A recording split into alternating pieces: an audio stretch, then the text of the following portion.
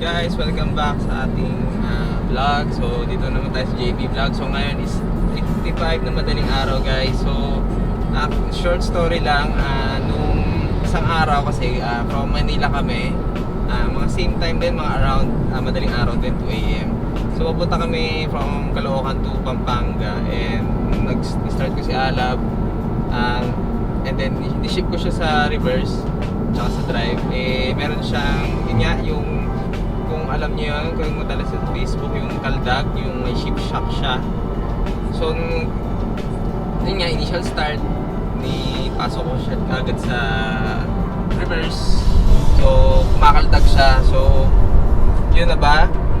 Hindi ko rin sure. Yun na ba ang sinasabi na lang kailangan ng i-rebuild yung transmission or may kailangan issue. So, yung mga experience ko that time is yung iba yung tunog nung transmission ko. Parang meron siyang parang barya na umiikot din kasama nung shafting, parang ganon.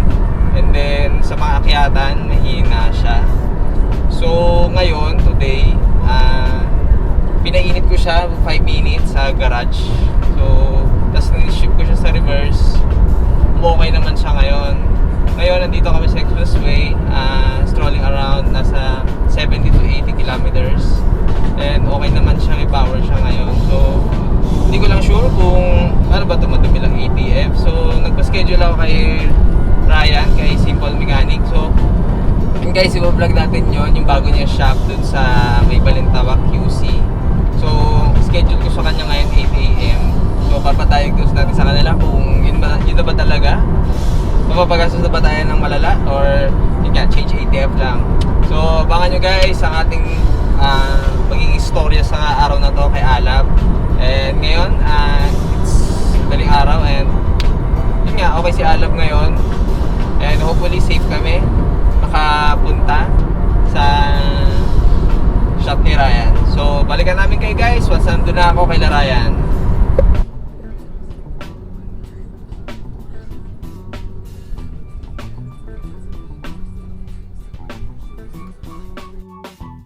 Guys, so nandito na tayo sa Quezon City, from Pampanga tayo. So nakarating na kami ni Alab. So ito yung bagong pwesto ni Simple Mechanic kay Sir Ryan Pitco. So dito to sa 162 Old Samson Road dito sa Balintawak QC. So ito na yung bagong shop nila Ryan. So ayan, may gate and then ayan. So maaga tayo nakarating ngayon.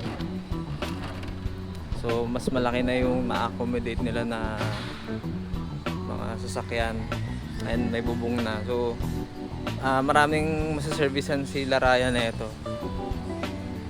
Ito yung pang-apat na pwesto since nung nakilala ko si Ryan. So ayan. So may dalawang CRV and then yan si Alab. Mga pala guys, konting update. So kanina, madaling araw, pinainit ko si Alab na mga around 5 minutes and then pinasok ko siya sa reverse. And yun nga, hindi siya kumaldag, hindi ko lang sure kung bakit, pati drive.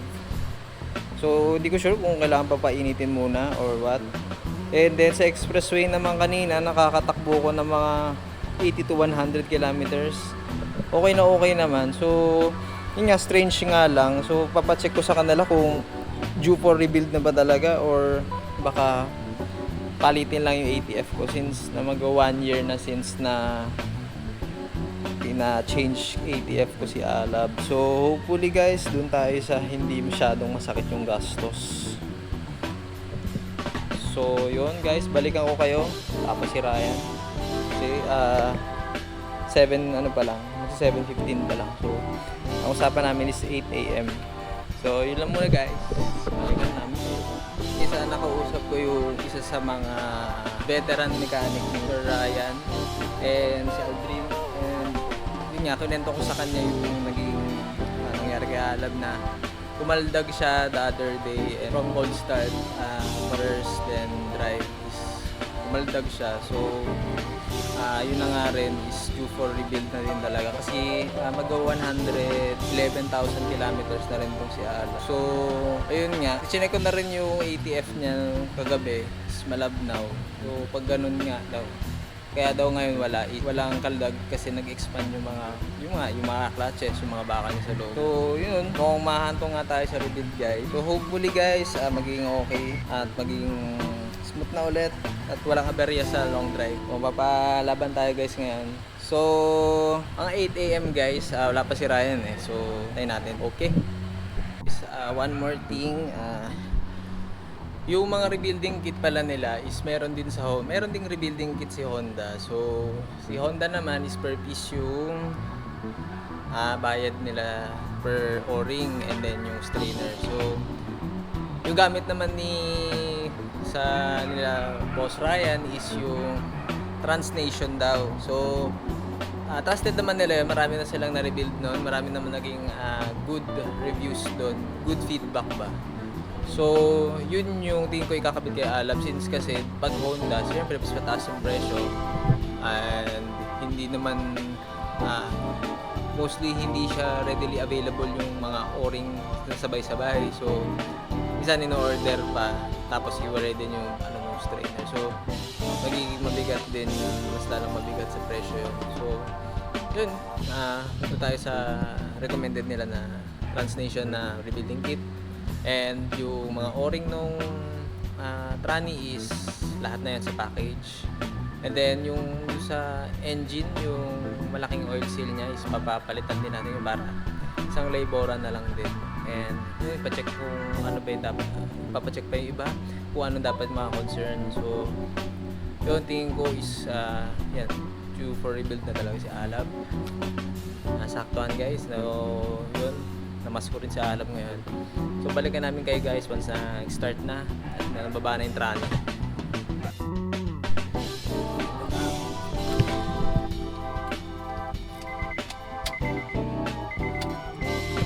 So guys, ito yung odometer ni Alab.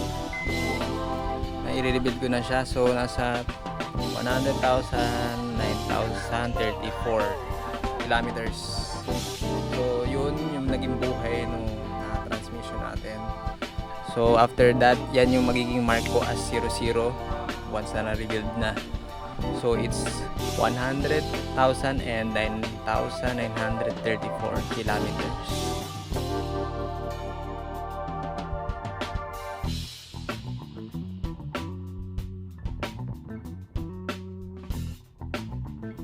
So start na ni Ryan mag-scan.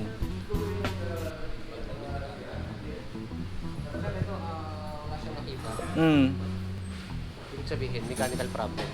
Kaya siya kumakaldag. So ano na talaga? Ibig sabihin, parado yung filter. Oo. Makikita yan pag binuksan, pero sure ko yung parado. Wala pa. Sulit na nagawa. Pero yun nga eh, ngayon wala eh, nawala. Ano, tsambahan yan. Sunod niya mag-blink din. Ano yan? Yung mga huli. Ano na? Palitin na. Mamaya makikita lahat yan sa atin. Pag binuksan. Sige.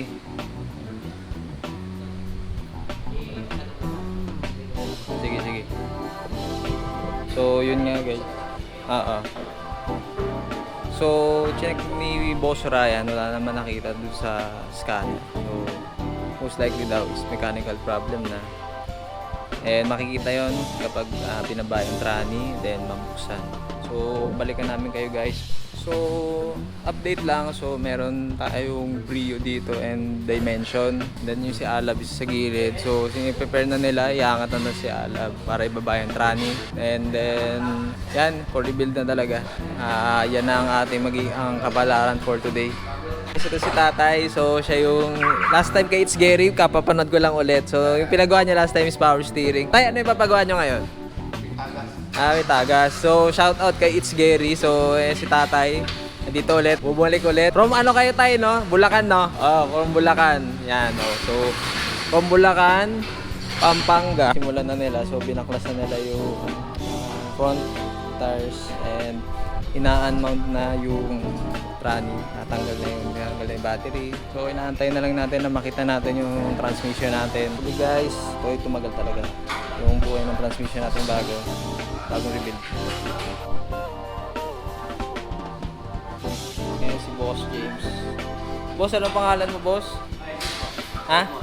Si Boss Edmond pala yun. Si Boss James tsaka si Boss Edmond. So si Boss James yung gumawa nung ano natin last time. Yung sa arm, yung bushing nun. Siya nagkabit ng last time natin.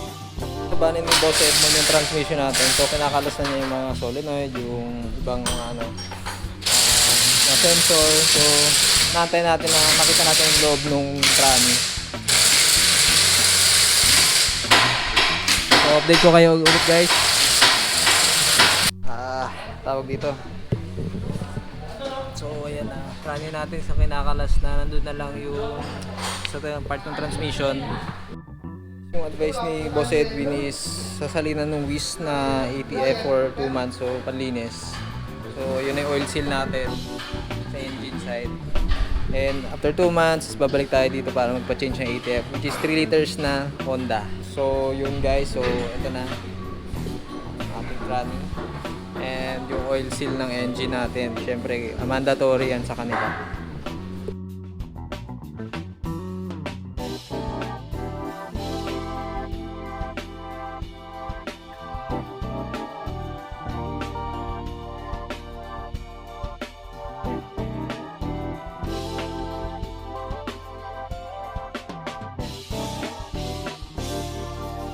Okay, so sisimula na si Boss Edmond maglinis ng ating tranny. Yan. So lilinisin na muna bago dumating yung rebuilding kit.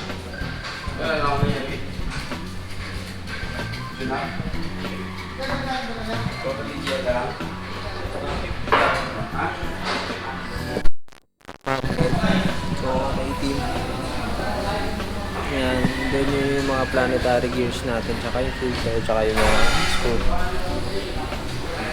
So ready na para linisin yung mga parts ng tranny. Nililinis na guys yung wall yung kalahati ng katawan ng transmission natin. So ayan. So unti-unti na at dumating na rin yung rebuilding kit guys. So kung makita yung mga clutches natin kung ano na mga naging kondisyon.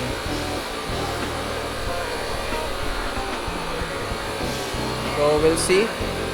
Currently si Boss Edmond ay nire-rebuild na yung part ng ating tranny. And ayan pa rin yung mga planetary gears tsaka to. So nililinis na isa-isa. So babalikan ko kayo guys. Mamaya. Muna ako sa ibang errands ko. Update ko kayo, yun lang. So yun guys, so nalagay na yung sa yung bagong strainer natin, tranny. And ngayon si Boss Edmond ay kinakalas na yung mga clutches. So papalitan na nila ng mga bago yan doon sa rebuilding kit.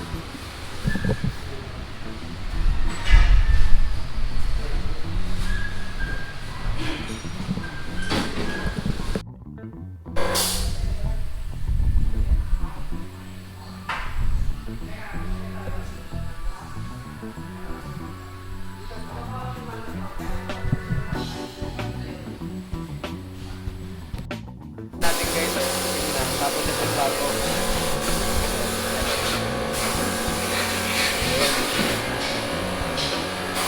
So tapos ito yung rebuilding kit na ilalagay.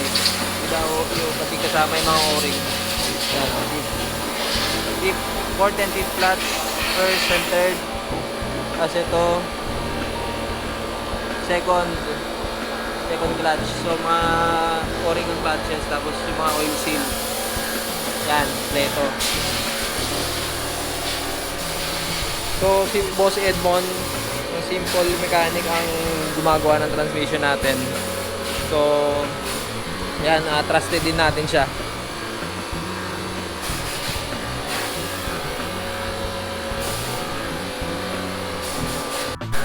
Na gagamitin.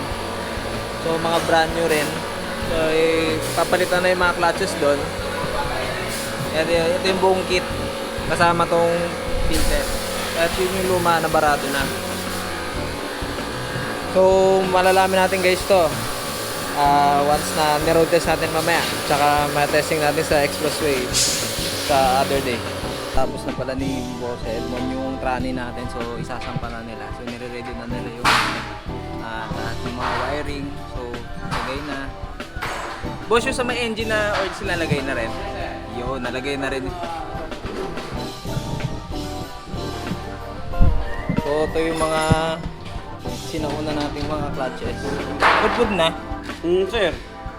Oo. Ito, dumi na nga. Tapos sa mga o-ring mo, mga ano na rin sir, mga... Malutong na. Talaga, Ito no? yung oil mo sa ano? Sa engine. Sa engine. Oh, sige. Tama. Lahat na naman. Sa axle. Pati yung dalawang maliit, no? Oh sir, ito na yun. Ito yung sa makina. Tapos ito yung mga sasakyan. Okay. Saan na lahat sir? Sige. Tama. So, yun na guys, yung mga pinaglumaan. So, nakikabit na. Pati yung gasket nung sa rebuilding kit. Kabit na. So, isasampa na. Then, pag nalagay na yung gearbox din is for a test drive na rin tayo.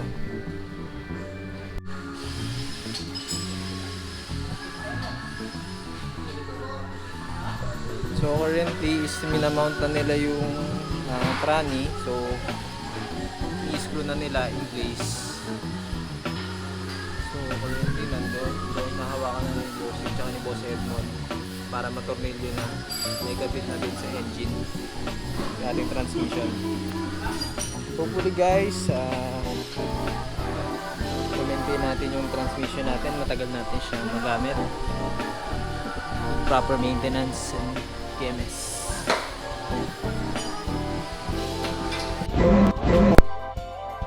Kaya na Starlink noong 2 years ago. Napalitan to ngayon is okay pa lang pero may play na. So, recommendation ni Ryan, palitan na isa pero sabi ko is na ito, okay pa naman, matigas pa. And safe pa naman daw yan. So, di na yan. And, yan, safe. Ito lang naman yung Starlink para sagasa na rin sa labor. So, yan si Boss Ed. So, pinapapalitan ko na rin yung stabilings ko. Ito yung may worn out. So, sinabay ko na rin yung isa para ano na rin, sabay na sila ng edad. Wala na rin.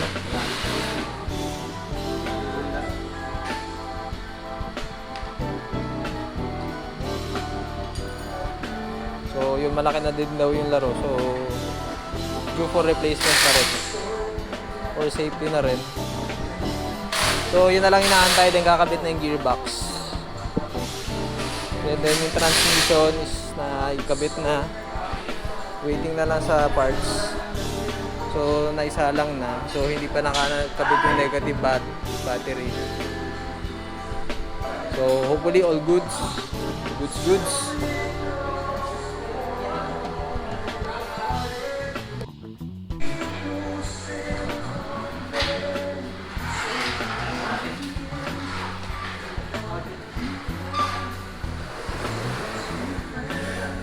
So, sinet na nila yung gearbox. So, habang inaantay yung stabling, so iaangat na, lalagay na nila yan para pag dumating stabling, i-screw na lang naman yun.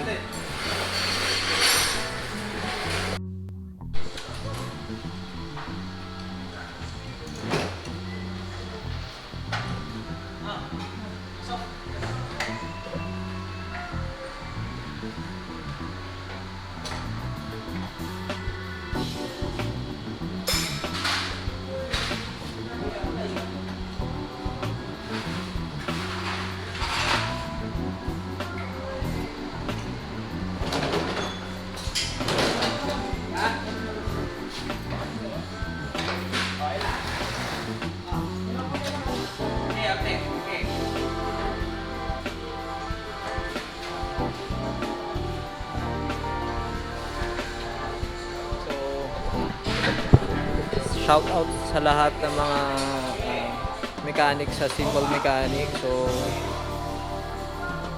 napaka-dedicated sa work nila. Napaka-accommodating. Lahat talaga check nila kung ano yung recommendation para alam ng customer kung ano yung mga kailangan palitan or due for replacement na.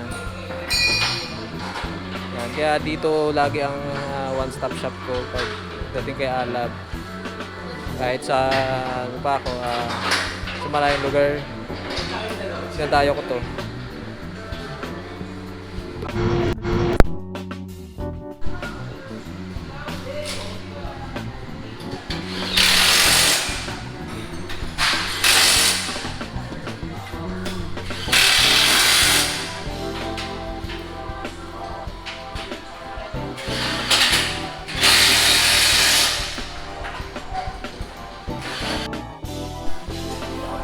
So yun guys, nakabitan na lang yung stub link. Okay na, and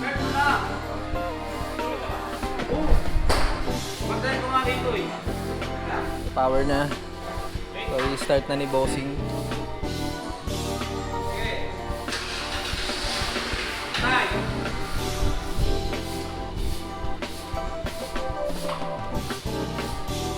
So nakabit na yung stub link natin sa both left and right. So test drive na lang.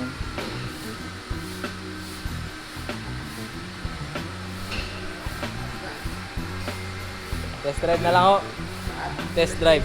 Testing.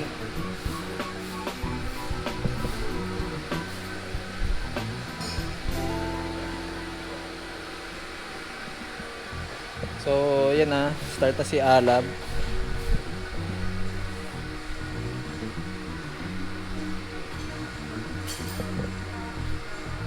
$100,000, 9,934.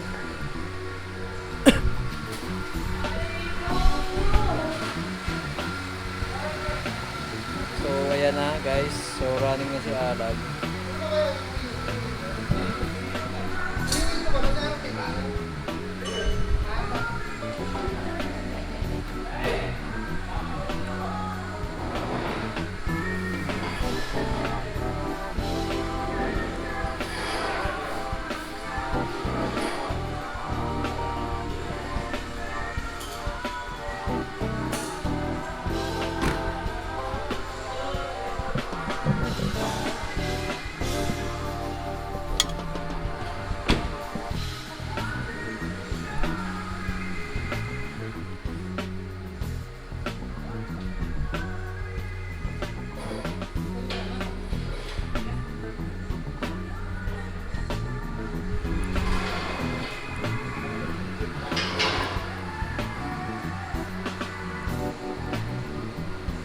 So pinapaano lang yung ikot yung ATF tsaka yung power steering fluid. Tapos i-scan na yan.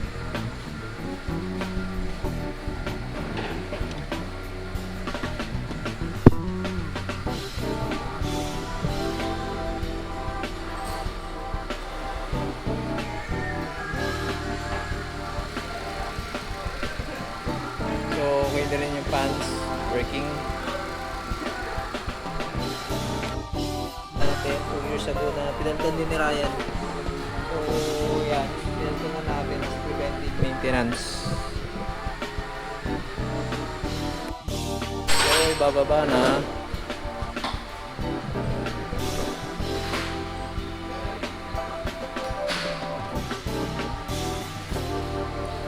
So checking na lang kung may tagas. Lagay na rin yung splash guard.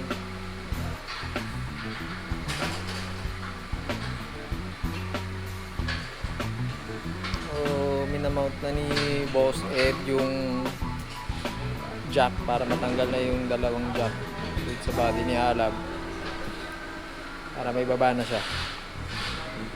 Ayun, pinapainit na rin nila. Napainit na nila yung engine ni Alab, pati yung na-circulate yung ATF and yung power steering.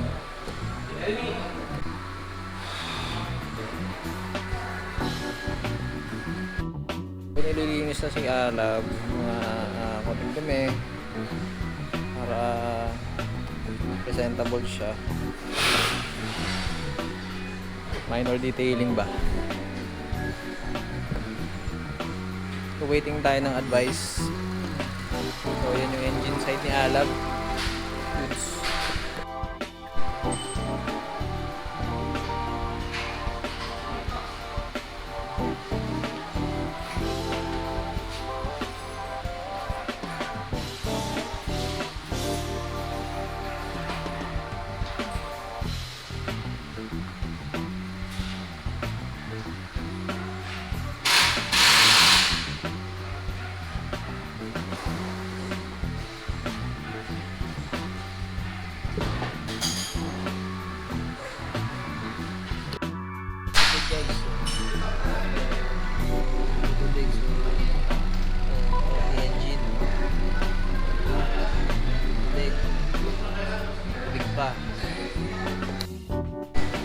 testing nga ni Ryan.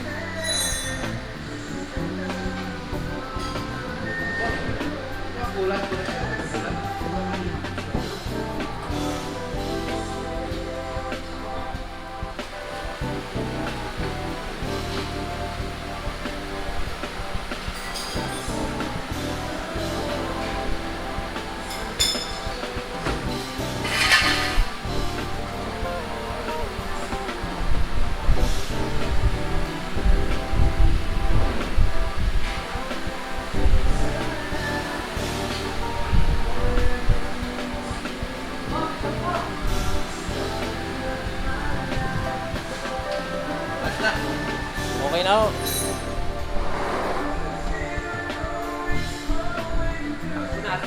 Sige. So, ito yung road test natin si Alab, si Ryan. So, let's see.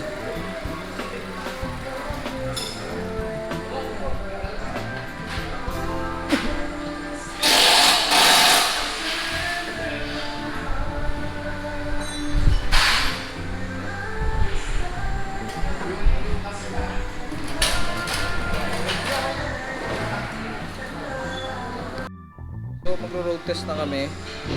So final checking lang mga components like bed, lahat, cap, fluids.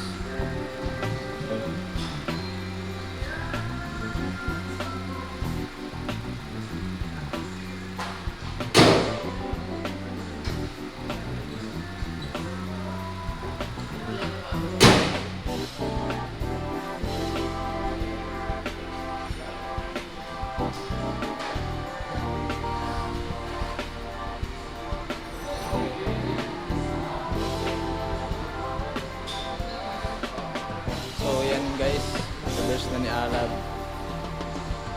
after rebuild.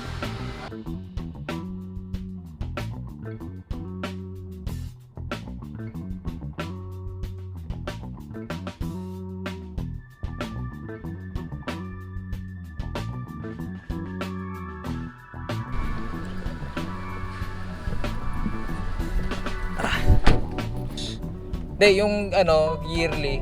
Yearly. Ganun, once a year. Tatlong idea. Sige. 2 months palit lang yung ano. Kurig na na ATF. Pero yung ano niyan, same din yung yung ano Honda ATF dun sa yung Wish. Okay. Sky niya. Pang ano, kumbaga panlinis muna. So panlinis muna guys.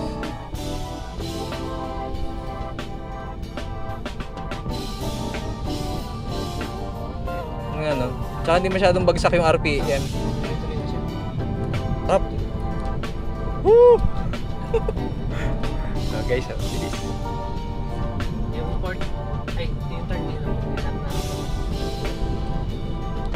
Diba, naiiwan yung ulo ko eh.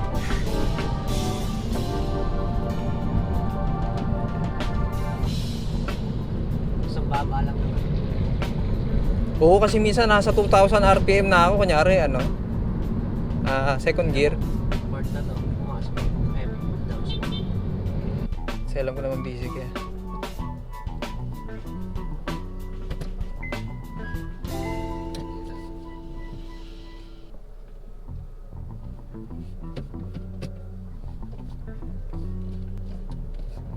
Na-try mo na yung D1, 2, 3? Ang lakas yun. Kaya niya control yun. Oo nga no, kapit. Naka ano.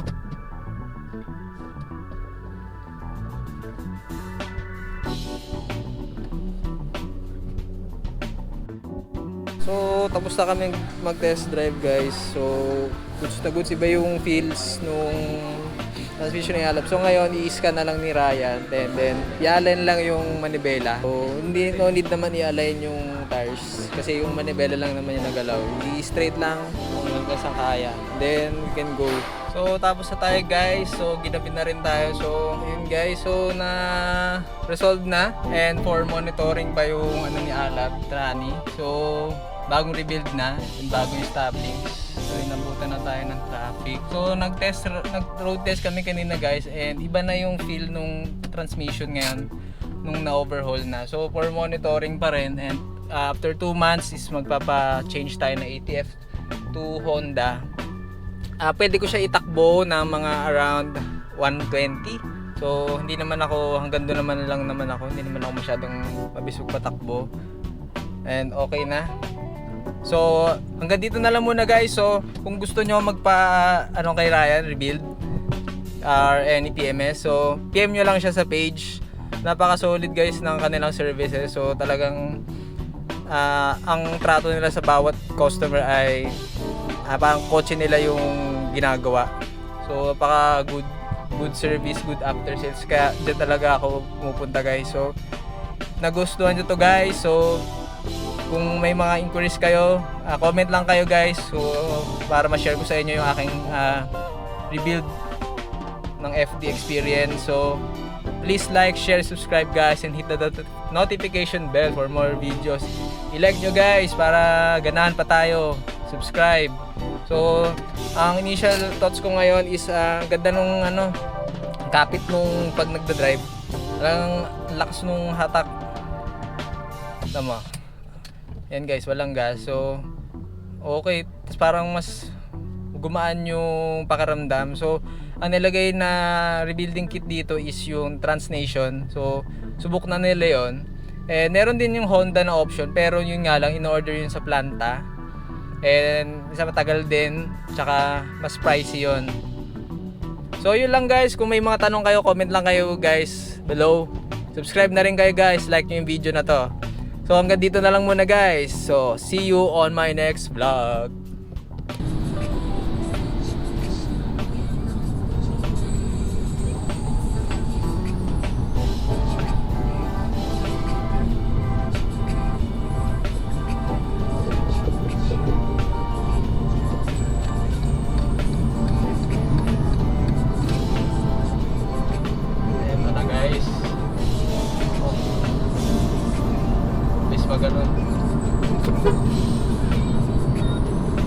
Under 2,000 RP. So yun guys, so ito yung day na testing natin si Alab sa expressway after ni-rebuild ni Ryan yung ating transmission. So so far naman, so good, mabilis yung niya, response nung pag-change ng gears. At saka pansin ko is mas tumulit siya, mabilis siyang mag-pick up ng speed. And kapag nagre-reverse ako and nagda-drive is wala na siyang yung malit na kaldag. So shout out sa Simple Mechanic team sa pag-condition sa aking transmission. So overall goods. So sabi nga ni Boss Ted, uuwi ka talaga nakangiti. So totoo nga. So yun lang guys. So bilis ako. So ngayon guys, so titesting ko pa to. And hopefully wala na maging issues